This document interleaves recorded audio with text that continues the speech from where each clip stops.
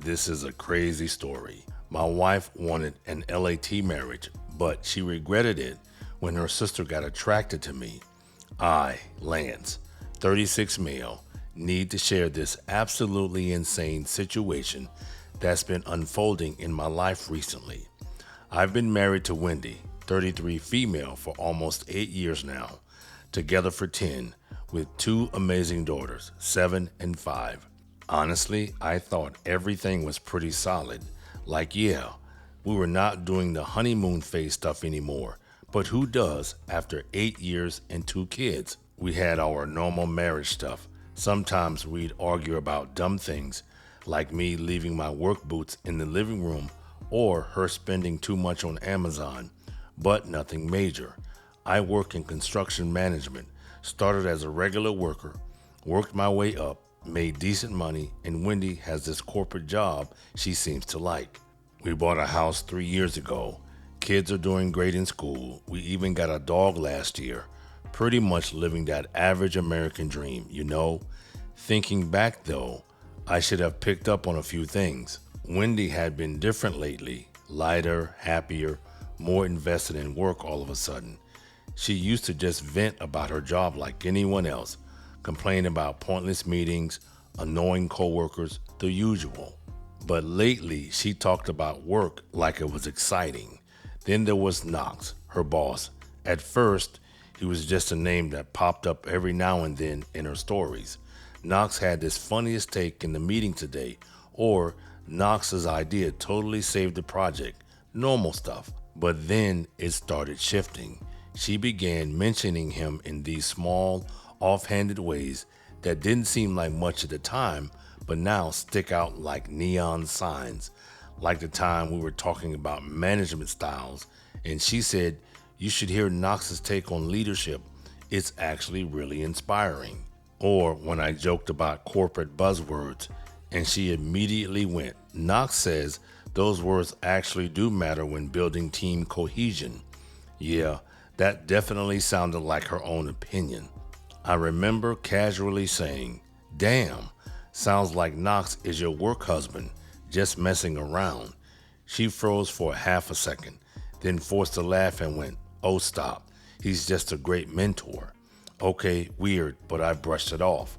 I was on the couch halfway through a YouTube video about fixing the garage door when Wendy walked in. She had that look like she'd been sitting on something for a while and finally worked up the nerve to say it. "Everything okay? Kids good? Your parents?" I asked, already half distracted, thinking it was just some random update. Yeah, everyone's fine," she said, shifting her weight like she couldn't get comfortable standing there. I need to talk to you about something." That got my attention. I paused the video and looked at her. "Okay, what's up?" She exhaled. "I think we should maybe try living apart together." "Living what?" "You know, still married but separate places, sharing custody. It's a thing people do." I just stared at her, waiting for her to laugh or say she was kidding. She didn't. I had to pause my video and everything because I thought maybe I was having some weird hallucination from the cleaning chemicals I was using earlier. For context, everything seemed fine that morning. We had breakfast together. I helped get the kids ready for school. Normal goodbye kiss, the whole routine. No fights, no tension, nothing. So this came completely out of left field. I asked her for more explanation about the LAT thing and where she knew about it. Turns out she's been hanging out a lot with this friend, Pat, from her yoga class. Pat's like this self-proclaimed modern relationships expert who's been divorced 4 times. Yeah, you read that right. And somehow she thinks this makes her qualified to give marriage advice. Like, wouldn't that make her an expert in how to fail at marriage? I tried to stay calm though. Proud of myself for that, to be honest. I took a deep breath, put my phone down, and tried to have an actual adult conversation about this. I asked her what brought this on, if I'd done something wrong, if there were problems I didn't know about, trying to be that mature husband who communicates and stuff. But guys, Her response was wild. She just sat there, like she was talking about changing our internet provider or something. She said she needed space and time for personal growth.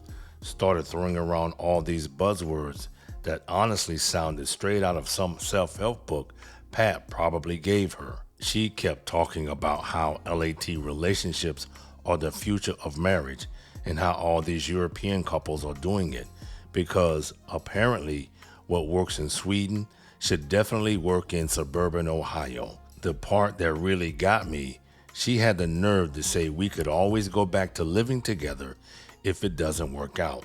Like this was just some trial run of a new Netflix show we could cancel if we didn't like it, not our actual marriage and family. The whole time she's talking, I'm just sitting there thinking about our kids.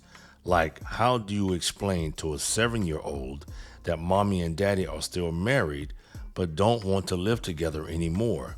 Make it make sense. That night I couldn't sleep. My brain wouldn't shut up. Wendy had never been the type to entertain ideas like this. Even when the whole open marriage thing came up in conversations, usually as a joke, she always shut it down, said it was too much, not for her. She used to roll her eyes at couples who tried those modern arrangements. So, what changed? Was I not giving her what she wanted? Had I missed something? I kept replaying our last few months together, trying to find the moment things shifted. But I'm sure she was happy. She'd been lighter, more energized lately, and if I had to pinpoint when that started, it was around the time she got close to Knox. Since then, it was like I was living with a different version of Wendy. So, after Wendy dropped the whole LAT bomb on me, I did what any reasonable person would do. I spent half the night Googling everything I could about LAT relationships while stressed out eating the kids' leftover Halloween candy. Let me tell you what I found was interesting. Turns out this LAT thing isn't completely crazy. Some people actually make it work. But here's the thing. It's usually older couples who already have grown kids or people who work in different cities, not couples with 2 young kids in elementary school who live in the same suburb. Red flag number 427, am I right? But I decided to play along. You know that saying about giving someone enough rope? Yeah, that's what I was thinking. So the next morning, I sat down with Wendy and was like, okay, let's talk about how this would actually work. Had my laptop out, Google open, ready to take notes like this was some business meeting. The look on her face when I started talking about formal custody arrangements, priceless. Pretty sure she thought this would be more like a casual, you do your thing, I do mine situation. So we'll need to figure out a proper custody schedule. I said, I'm thinking week on, week off, or maybe 2-2-3. Her face showed pure surprise, and we'll need to set up clear rules about holidays and birthdays. We should probably get lawyers involved to make everything official. I continued, so there's no confusion later. Her response was telling. Lawyers? I was thinking we could just figure it out as we go. That's when I dropped the bomb that my cousin Kate is a family lawyer. You guys should have seen Wendy's face when I mentioned that Kate had actually offered to represent me for free if I ever needed it. Random conversation at last year's Christmas party. Thanks, drunk Kate. Wendy immediately started talking about this lawyer she knows through Pat. Apparently, he handled all of Pat's divorces. Yes, all 4 of them. Big surprise there, right? Here's where it gets good though. I started asking very specific questions about her plan. Who's paying for the second apartment? How are we splitting the bills? What about the kids' school transportation? Who gets the dog on which days? How do we handle medical emergencies? What about parent-teacher conferences? Who's responsible for extracurriculars? With each question, she looked more and more uncomfortable. Pretty sure this isn't how Pat told her it would go. The best part? I pulled out this spreadsheet I made at 3 a.m. exactly how much everything would cost when we're maintaining 2 households instead of 1. rent, utilities, groceries, insurance, the whole 9 yards. Even included a column for dating expenses because, hey, if we're living apart, might as well be realistic about everything, right? I could literally see the moment it hit her that this wasn't going to be some fun little independent woman adventure like in those movies Pat probably made her watch. This was going to be real life with real responsibilities and real consequences. Then I asked the $1,000,000 question. So, which neighborhood are you thinking of moving to? The way she hesitated before answering, yeah, that set off all kinds of alarm bells in my head. She tried to calm herself and said that she's been looking at the Oak Valley apartments. For those not familiar with that area, Oak Valley is this fancy complex on the other side of town, way more expensive than what we'd budgeted for in my spreadsheet. I ended the conversation there, told her we'd continue planning later. Now, I'm not the smartest guy in the world, but something felt off. Why that specific place? It's like a 30-minute drive from the kids' school, has no playground, and their units are mostly one-bedrooms. Not exactly ideal for someone planning to have 2 kids stay over regularly. So I did what any paranoid husband would do. Started digging. Turns out one of my work buddies, Dave, has a sister who works at Oak Valley's leasing office. Shot him a text asking if he could get some intel. Yeah, I know, that's kind of sketchy, but desperate times, right? Guess who lives at Oak Valley? Someone from Wendy's office, the new regional manager she's mentioned a few hundred times in the past couple months. Mr. O, he's just really passionate about corporate synergy himself, Knox. At first, I thought she was just jealous of him living in that neighborhood and wanted to try it too. But here's what threw me off. When I brought up setting up the kids' room in her new place, Wendy got super weird about it. Started saying stuff like maybe we should wait until I'm settled in, and the girls might be confused at first. Then she dropped this gem. Maybe they should just stay with you most of the time until everything's figured out. Right, because nothing says good mother like voluntarily seeing your kids less so you can live in a 1-bedroom apartment near your totally just a coworker boss. I didn't confront her about Knox right away though. I wanted to gather more info first, so I reached out to her sister, Liz. Now, Liz and I have always gotten along, maybe a little too well if I'm being honest. Ever since her divorce last year, she's been a bit flirty. Nothing over the top, but enough to notice. She even straight up told me once, you know, if my sister didn't have you first.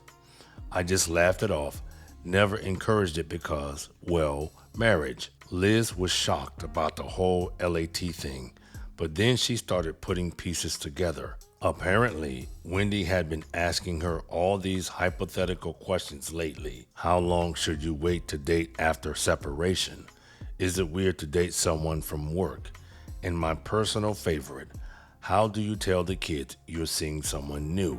Then she told me Wendy had been specifically asking about Knox's schedule, which floor he lived on, whether he had a girlfriend, basically everything except his blood type and social security number. Apparently, she thought she was being subtle. I wanted to throw up. All these years together, and now she comes to me with some trendy new term, like it's a damn life hack, like our marriage is just some experiment she read about in a self-help book.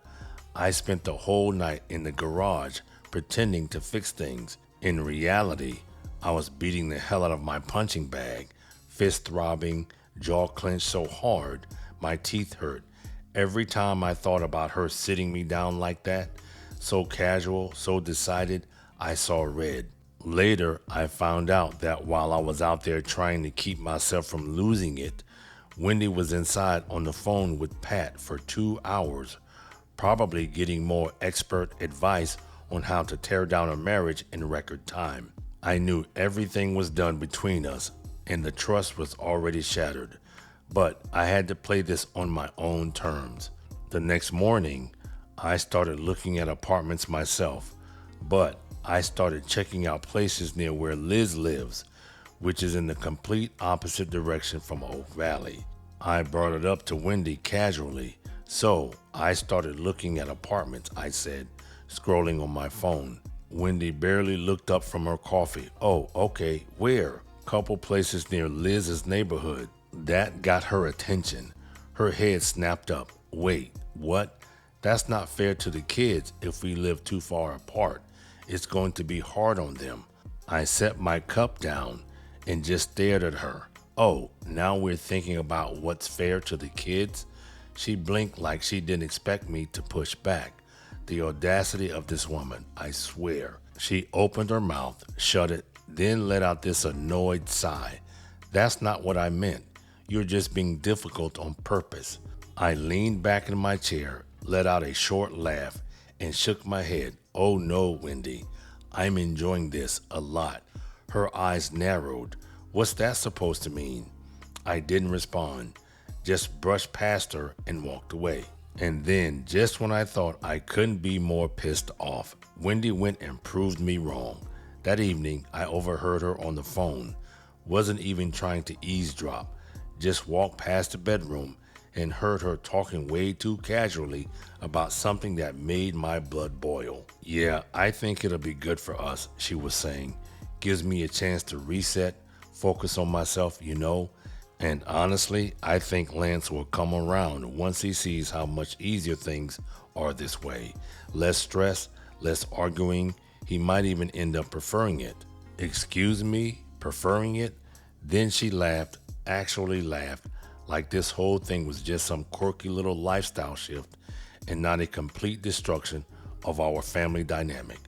I stood there for a second, fist clenched, just absorbing the fact that she really thought I was just going to roll over and accept this, like I was some clueless, passive idiot she could nudge into a situation that only benefited her. Then I decided it was time to drop my own little bomb, and boy did it work better than I expected. We were sitting in the kitchen going over more living apart together details. Wendy was being all smug about how mature we were about everything. That's when I casually mentioned the Florida trip. For context, Wendy has been obsessed with going to Florida since forever, like unhealthy levels of obsession. She follows all these Florida vacation accounts on Instagram, has a whole Pinterest board dedicated to Florida beaches, the works, but we never went because something always came up. Kids were too young, couldn't get time off work, money was tight, you know how it goes. So I'm sitting there drinking my coffee and just casually go, oh, by the way, I need your input on something. Should I try to get a refund for the Florida tickets or just change the names? You guys, the way her head snapped up, pretty sure she gave herself whiplash. What Florida tickets? She asked, trying and failing to sound casual. That's when I told her about the surprise vacation I'd booked for our upcoming anniversary. 7 days, beachfront hotel, all the works. Even arranged for her parents to watch the kids. They don't know about the LAT situation yet. That's a whole other nightmare waiting to happen. The look on her face was priceless. First excitement, then confusion, then this weird mix of hope and panic, like a kid who just found out they're going to Disney World, but also remembered they're grounded. You planned a Florida trip for us? She practically whispered. Well, I planned it for us when we were still in us, I said, but since you want to do this LAT thing, I figured you might want to take someone else instead. The tickets are paid for, non-refundable, would be a shame to waste them. She started backpedaling so fast, I thought she might actually start moonwalking. Maybe we should wait on the LAT thing, she says. We could use this trip to reconnect. That's when I dropped the second bomb. Actually, I already called the travel agent and had your ticket changed to be transferable. You can take whoever you want. Maybe Knox would enjoy a beach vacation. The color drained from her face, went ghost white. She started stammering about how Knox was just a coworker and asking why I would even suggest that. I just shrugged and said, well, Since you're planning to move into his apartment building, I figured you guys must be close. Then got up to get more coffee like I had just nuked our entire conversation. She followed me around the kitchen, trying to explain that I had it all wrong, that Oak Valley just happened to be a nice complex, that Knox living there was just a coincidence. Then she hit me with this. How do you even know Knox lives there? Have you been checking up on me? So I just looked at her and said, interesting that you are more concerned about how I know where Knox lives than about the fact that you were planning to move in near him without telling me. She didn't say anything, but I could see her eyes watering and she was about to break down. Before she stormed off, I just stood there feeling nothing but disgust. After the whole Florida tickets thing, I thought maybe Wendy would come clean about everything. Silly me, right? Instead, she went into full damage control mode, but not the kind where you actually fix things, more like the kind where you try to gaslight everyone into thinking you're the victim. First, she went running to Pat because, of course she did. They had this 3-hour phone call where I could hear Wendy crying through the walls about how I was emotionally manipulating her by, check notes, exposing her plan to abandon her kids to live near her boss. The mental gymnastics these two do should qualify them for the Olympics, I swear. But here's where it gets interesting. Remember my work buddy, Dave, whose sister works at Oak Valley? Well, turns out Knox has been doing some shady stuff too. According to office gossip, bless those receptionists and their love for drama, Knox has been bragging to his work buddies about this hot mom from accounting who's totally into him. Guess who works in accounting? The best part though, Knox has a girlfriend, a serious girlfriend, like they're picking out rings serious. And she has no idea about any of this. Found it out from Dave's sister, who processed their rental renewal last month. They're living together at Oak Valley. So now I'm sitting on this bomb of information trying to decide what to do with it. Part of me wants to blow everything up. Tell Knox's girlfriend, tell HR, tell everyone. But the smarter part of me, which sounds suspiciously like Cousin Kate, the lawyer, says to keep collecting evidence and stay calm. Speaking of my lawyer cousin Kate, she came through like a champ. Somehow, I don't know how she did it, pulled some type of legal strings and got a copy of Wendy's rental application for Oak Valley. She listed herself as single on the application, not separated, not married, single, and put down Knox as her emergency contact instead of, her husband or her kids' father. Meanwhile, Wendy's still trying to play both sides. One minute she's all this working on her marriage, and the next she's texting Knox. Yeah, I saw the notifications pop up on her iPad. She really should change her password from our anniversary date. It's like watching someone try to juggle with no hand-eye coordination. Then there's the Liz situation. After the Florida tickets drama, she's been texting me more often, checking how I'm holding up. Nothing inappropriate, just being supportive.